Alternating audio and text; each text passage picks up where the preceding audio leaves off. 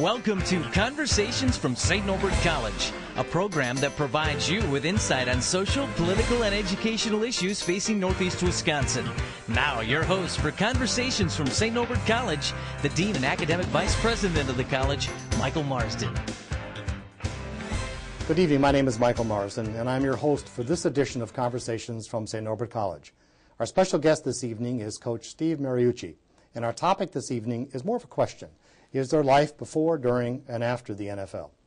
Steve was a three-time All-American quarterback at Northern Michigan University, where he also began his coaching career.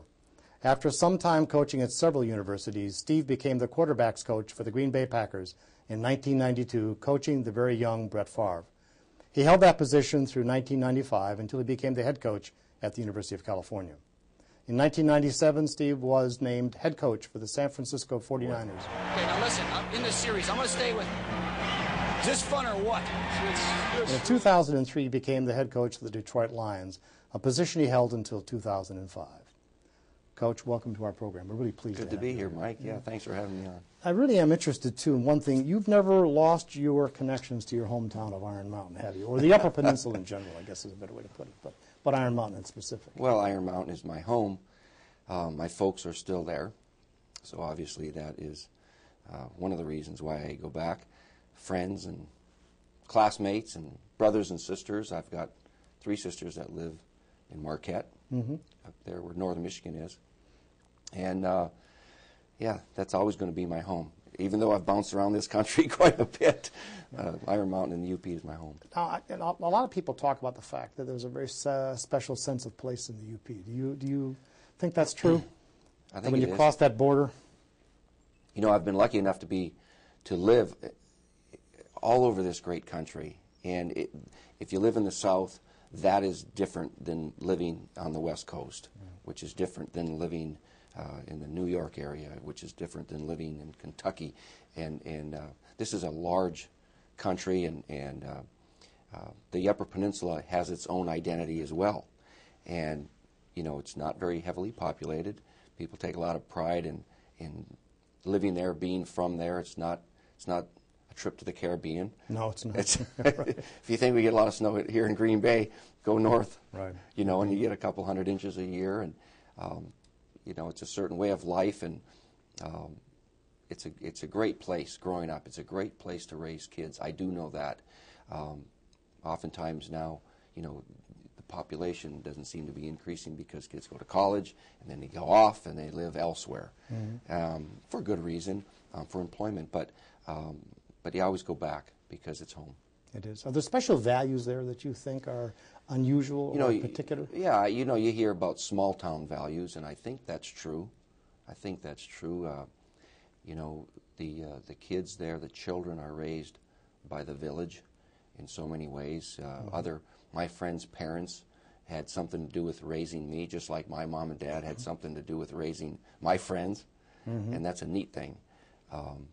Family and going to church, and schools are important, and behavior is important, and morals and ethic.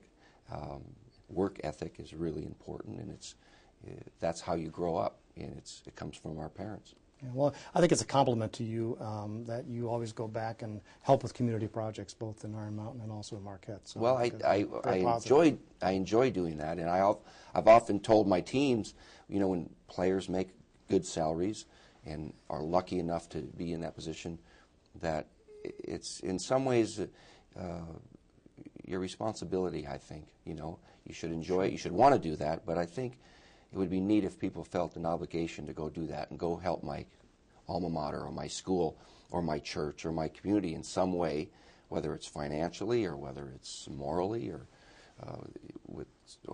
whatever way one can help. I think one should, and you get great enjoyment from that too, because you know how it is in education. You have to fundraise, and you have to have people that care, support it in every way they can, and I think that's been a lot of fun for us. Well, it's good to hear that. Now, I know you graduated from Northern Michigan University, and I spent a few years there myself, but you also had a roommate who has also become relatively well-known, Tom Izzo. How does it happen, the two of you? Tom Izzo. Yeah.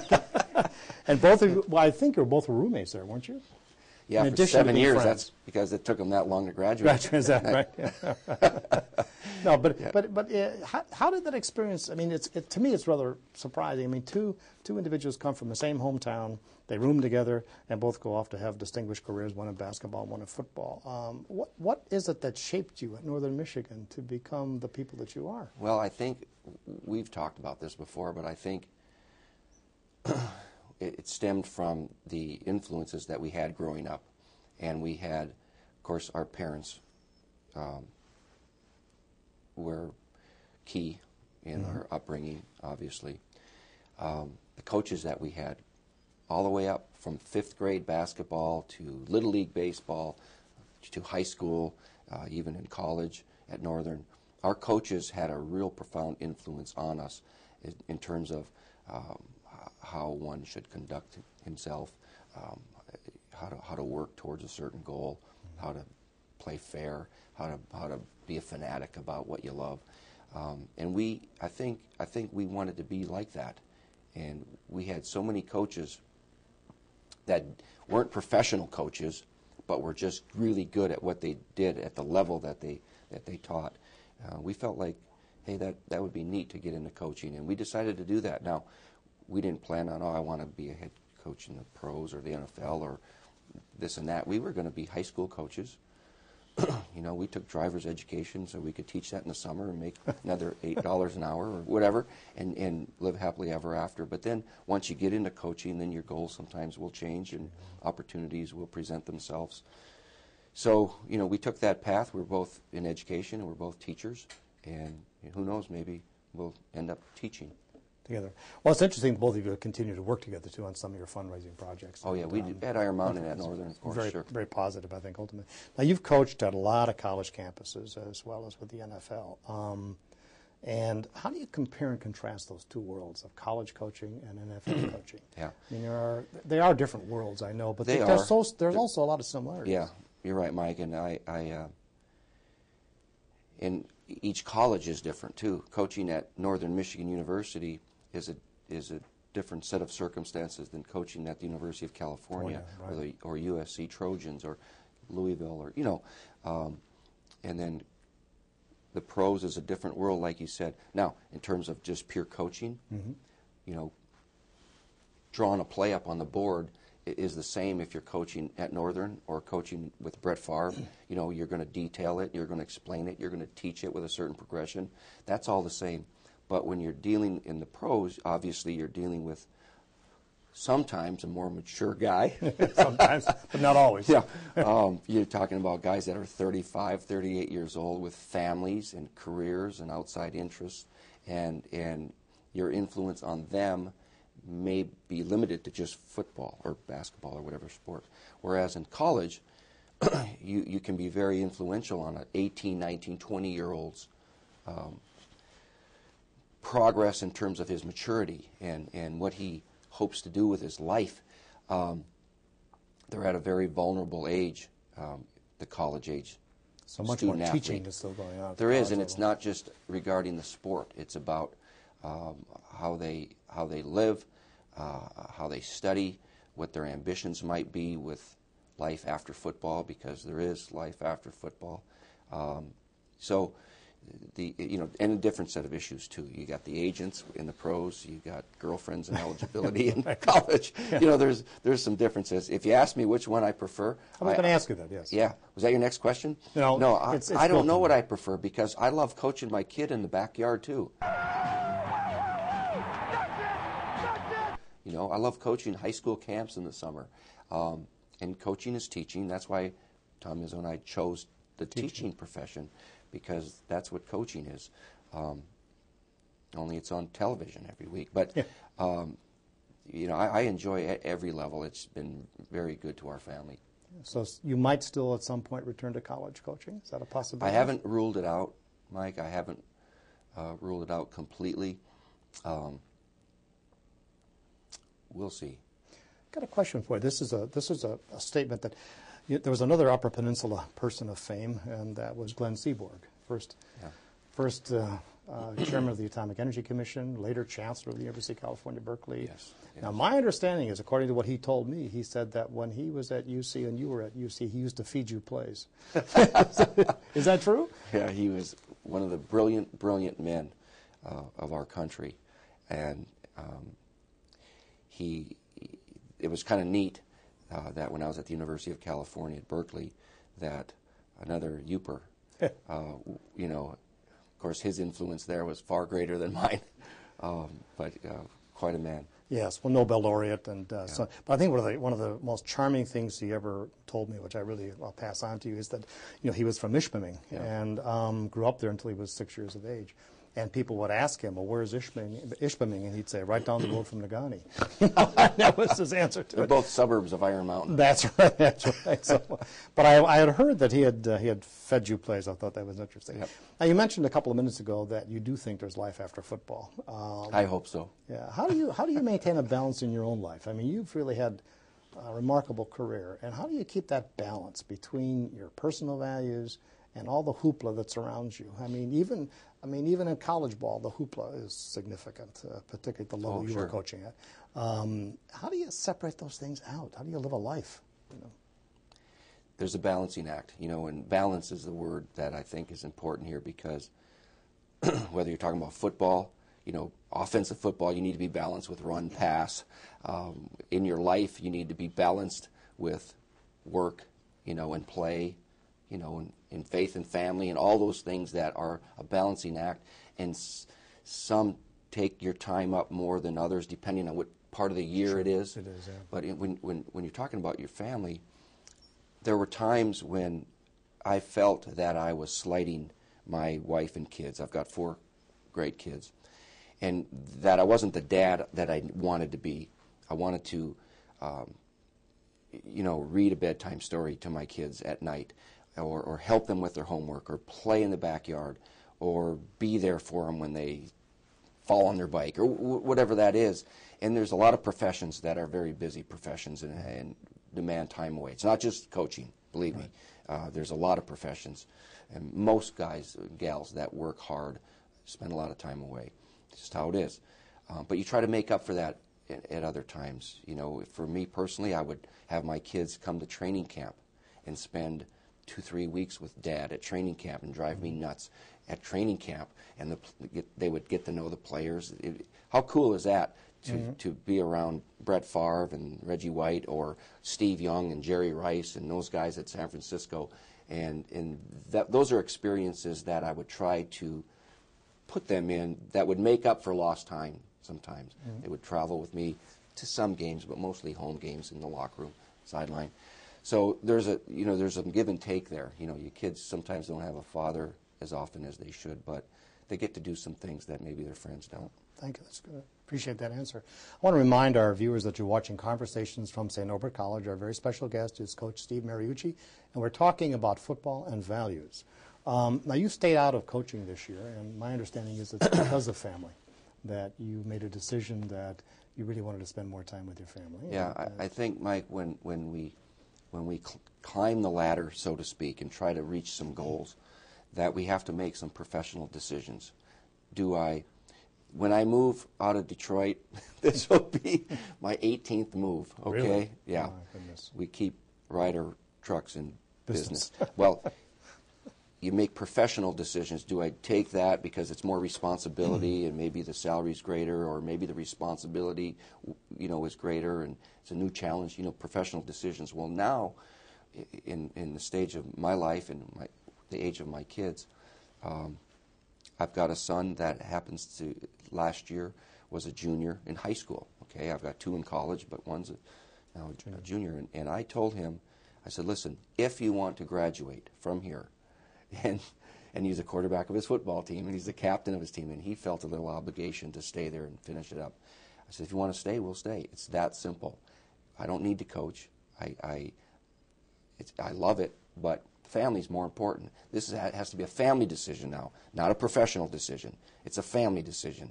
And if we want to stay here as a family and allow you to finish, I'll do something else. I'll clean the garage out every day, or whatever I need to do, but I want to watch you enjoy your senior year and graduate and get good grades and I don't want to put the stress on you again by moving. Right. And so, easy decision, Mike, easy decision. So how do I stay busy? You can only there's only so many honeydews you can keep busy with. So I am in television with the NFL Network, right, which I really enjoy. It's something new. It's kind of out of my box, and it's a learning experience for me. And I've enjoyed it, and stay in the game and stay busy a little bit. And then next year we'll see what next year brings. That's all. At that point, I appreciate that very much. Now, Mike Sherman, we had as a guest here a little while back, and he talked about he put it this way. He said his priorities were faith, family, and football in that order. Is the same true for you in terms of faith? He got that from Vince Lombardi, didn't he? I assume he did, yes. You know, it should be. It should be. And when you really think, you break it down, you know, faith and family and football, I think you can exchange football for any profession, faith, family, and teaching, or nursing, or whatever one might do. Should be a high priority, but third, because we could excel and succeed in several different, or any number of professions. Mm-hmm. Most people. And most people do change their jobs as life goes on. So family has got to always be more important than profession, because family's forever. Family is always what you have through thick and thin. It's always family. The professions change, sometimes regularly. Right. Well. And then your faith sort of puts a fence around all of that, and it's what keeps us focused, and it's what teaches us how to raise our family and how we conduct ourselves and what we believe in. And I happen to be Catholic, and my kids are Catholic, and my wife. And however, I've gained an appreciation for other faiths, because when you're in a locker room, when you have 60 guys in a locker room, it's a very culturally diverse group of men. You know, from different socio-economic groups, different faiths, and you learn to respect each other's beliefs. And you'd see that every day. You know, when you get in a huddle, there's a lot of different kind of guys in there. Yes. And that's why football's so cool, because you got to bring all those sort of different backgrounds together in one sort of common goal, get them playing as a unit, and they're all different. But faith has always been important, and I hope it continues to be that way with my kids. You know, in today's day and age, sometimes I worry about that. Oh, good reason to worry. Yeah, and you know, when I went to Catholic school with the nuns and all that sort of thing, we went to Mass every single day, every day. And that was commonplace, and every Sunday, and, you know, whatever, and I was an altar boy, and, you know, all of that. But I don't know if that's the norm anymore. I even in the Catholic Church, you're competing with a lot of other things that kids are interested in right now, and hopefully kids can learn from their parents about what faith is all about, without being distracted so much. I think that's interesting that you speak in these terms. And what's interesting, though, about professional sports is when a player or a coach, for that matter, were to actually begin to speak out on these issues publicly, they get criticized. You know, why are they talking about this? I mean, you think of some of the players who have spoken out about their religious beliefs, and a lot of people take offense at that. Sometimes you'll see a celebrity, whether it's an athlete or a musician or use that platform for sharing religious beliefs or political beliefs, right? Which I think sometimes is unfortunate. You know, I had a guy named Steve Young. Ever heard of him? Yes, I have. His great-grandfather was Brigham Young, and talk about a guy who's strong in the Mormon faith, right? But I've never seen him grandstand, or I've never seen him use a press conference to try to convert everybody in the room, because it went without saying that everybody knew he was very strong in his beliefs, but he never tried to push it on anybody, and I think people really appreciated that. Some people describe the NFL as an unreal world. You know, unreal? Unreal in terms of all of its all live something, the hoopla, the fanfare, and so on. And do you think that's an accurate portrayal of that world? Since you've seen it from inside and outside and all the way around. I think when you look at it and dissect it, it's a sport, it's a game, and now it's entertainment. It's become a very high-priced game. It's become a very big business. You know, all sports, and particularly the National Football League, is grown to the extent that it's become a passion for many Americans. The stakes are higher. It's not a whole lot different than the actors in Hollywood, where they're getting paid so much money to entertain us. That's what these athletes are doing. They're entertaining us. It's competition. It's a little bit like being an actor and a gladiator at the same time. Yeah. Sometimes we, as coaches and players, maybe lose perspective that it is a game, but it's become so serious, and it's the business world too. Sure. It's a little bit like Wall Street in that teams need to make a profit, and because that's the bottom line, right? So we created this monster. I think most people enjoy it, but with that comes a lot of stress and pressure and instability, and you know, those of us who have been lucky enough to be in it appreciate it. I hope we all appreciate it. Feel like we're privileged to have spent some time in it, because it's not for everybody. No, I'm sure not. In your own case, 18 moves in a lifetime is a lot of moves. A lot of moves, and my wife is not from the UP. I met her in that's unfortunate. I met her in Los Angeles. But she probably was always aspiring to marry somebody from the UP. I don't know, but we've moved a lot, and she's been great about it because she supports me and my profession, and she's been such a great mom to my kids. In fact, I remember when I was thinking about getting married. So I call Izzo. I go, I think this is it. And he goes, all right, I got a question for you. Is that the gal who you want to raise your kids? That was the question. It's not how pretty is she, or or is she a trust fund baby, or is she the gal that you want to raise your family? Good question. It is, because that's what they have to do when you coach, because you're just simply you're not there. You're not there, so they become mom, dad, doctor, nurse, chauffeur, psychiatrist, everything, And she's done a great job with the kids. Good. It's good to hear. Now, this is a year of reevaluation for you, and in our terms here at St. Norbert College, we might talk about it in terms of discernment, trying to figure out what the next step in your vocation might be. What kind of a process are you going through? Because it must really be a difficult process, because you've got many choices, and certainly you'll be presented with many opportunities. I hope you're right. I can't imagine you won't be. First and foremost, I'm enjoying this year.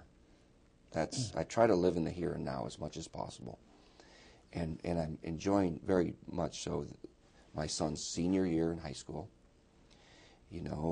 He's doing good in school. He's applying to colleges. He just finished football. He's all the high school things. He's got a girlfriend. He's trying to get good grades, and they have to make decisions. Sure. You know how that goes. Right. And he's getting more lectures from Dad, I suppose, than he wants. And I'm enjoying that. And I've got a daughter in 6th grade who simply doesn't want to move. But no, I'm sure not. But I've got to decide: do I get back into coaching? I've done it for 29 years. It's kind of, you get addicted to it, whether it's stressful or hard on your health or whatever it is. You still get addicted to it. All right. So there's a large part of me that wants to jump back in it, but it's got to fit for the family. It really has to fit. Would I take a job and try to split my family up again? That's the hard part. I don't want to do that. So we'll just see where this television stuff goes. I'm enjoying the heck out of it. I'm learning something new. I feel like I'm kind of refreshed here a little bit. How many games are you covering this year? For the NFL? I'm in the set at NFL Network, which is in Los Angeles. Right. So we do the highlight shows and the pregame Monday night show. That's what I do. And then I work with Deion Sanders. He is a kick. You know, we all know who Deion Sanders is and this flamboyant Pro Bowl kind of football player, baseball player, but he is a gentleman, and he's witty, and he's smart, and he's talented. I love him. Rich Eisen is our host, and he's the next superstar. So I'm learning from and enjoying the people that I'm working with. And so in my mind, it's got to be something pretty substantial or important or intriguing to leave what I'm doing, because I'm having a good time doing this. Good. Do you ever think about teaching, going back to your comment about teaching and coaches as teachers? I mean, one of the things that fascinates me is the whole relationship between sport and society and all the issues in society that are related to sport. I mean, you can name a social issue and it's connected to sport in some direction. Way. Do you ever think about that as a possible topic for your own future teaching? You know, I was asked to do a class at Stanford. Were you? And I have substitute taught at my kids' schools. That is a riot. I was a substitute teacher a few times at my daughter's Sacred Heart elementary school, and here the 49er coach is substituting for second, third grade. It was a blast, and that's what I went to school for, to be a teacher, to be around kids. And I might just do that full time next year. I don't know. I just really enjoyed it. We'll see, but you know, and I don't know what level of kids I like the most, because high school kids are, you know, that's a handful. But Yes. elementary student kids are so much fun. I bet. You know, but we'll see. So you still have your teaching certificate ready to go? Sure. Absolutely. That's good to hear. That's good to hear. One of the questions I've been asking, I'm going to ask you, I guess, is what is your fondest hope for 2007, which is ahead of us? It has nothing to do with football. I hope we as a world can find some peace over there in Iraq and the Middle East, because it's been a tough one on our country, and I've known young men that have gone over there, parents of young men who go through that, and somehow, some way, I hope we can find a solution. It's not going to be easy. For centuries they've been fighting over there, and who knows if it'll ever stop. But we've got to find a way to make it better. Mm-hmm. Do you ever think about, one final question, do you ever think about returning to the UP on retirement and making that your retirement home? I think it'll always be my home. It'll always be where I visit and support, you know, the UP any way I can, whether it's Northern or Iron Mountain or beyond. I don't know that I would, start living in my hunting camp or anything, but but I'm certainly a frequent visitor, you know. Yeah. Well, I think, as I said earlier in our discussion, I think the Upper Peninsula is a special place. It just has that draw, and I think your point earlier about coming back to your values and reinforcing that and getting refreshed in a way, I think is a good thing. Whether you want to make it full time, when you're there, life is simple, and you put things into perspective. There's no hustle and bustle of a city. There's no